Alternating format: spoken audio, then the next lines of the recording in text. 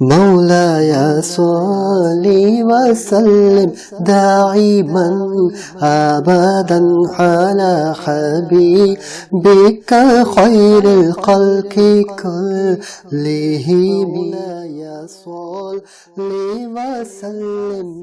امام طبرانی نے الکبیر میں اور امام ابو نعیم رحمہ اللہ تعالی نے حضرت ام سلمہ رضی اللہ تعالی عنہا سے روایت کیا ہے کہ وہ فرماتی ہیں کہ حضور صلی اللہ علیہ وآلہ وسلم صحرا میں موجود تھے. اچانک آپ صلی اللہ علیہ وآلہ وسلم کو ایک آواز سنائی دی. کسی نے پکارا یا رسول اللہ صلی اللہ علیہ وسلم. حضور صلی اللہ علیہ وآلہ وسلم نے توجہ فرمائی لیکن آپ صلی اللہ علیہ وآلہ وسلم نے کسی چیز کو ملاحظہ نہ فرمایا. پھر آپ صلی اللہ علیہ وآلہ وسلم نے دوسری طرف توجہ فرمائی. آپ صلی اللہ علیہ وآلہ وسلم نے ایک بندھی ہوئی ہرنی دیکھی.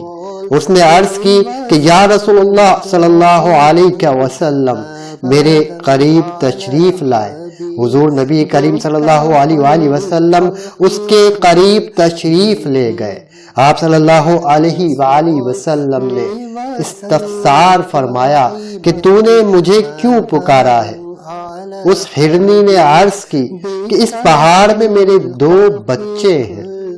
آپ صلی اللہ علیہ وآلہ وسلم مجھے اس شکنجے سے آزاد فرما دیں.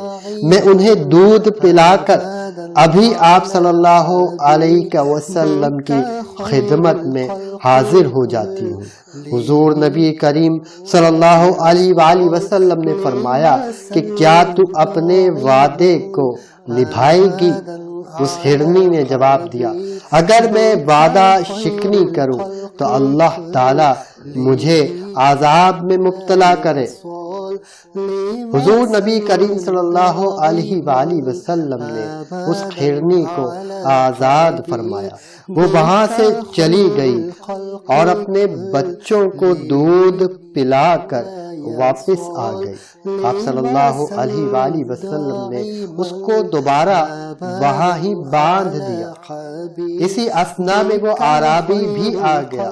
حضور نبی کریم صلی اللہ علیہ وآلہ وسلم کو وہاں تشریف فرما دیکھ کر اس نے عرض کی کہ یا رسول اللہ صلی اللہ علیہ وسلم کیا آپ کو مجھ سے کوئی کام ہے؟ آپ صلی اللہ علیہ وآلہ وسلم نے فرمایا کہ ہاں اس ہرنی کو آزاد کر دے. اس اعرابی نے اس ہرنی کو آزاد کر دیا. ہرنی وہاں سے بھاگتی جا رہی تھی اور ساتھ یہ کہتی ہوئی جا رہی تھی اشہد ان لا الہ الا اللہ واشہد انک رسول اللہ. مولاي صل وسلم دائما أبدا على حبيبك خير الخلق كلهم.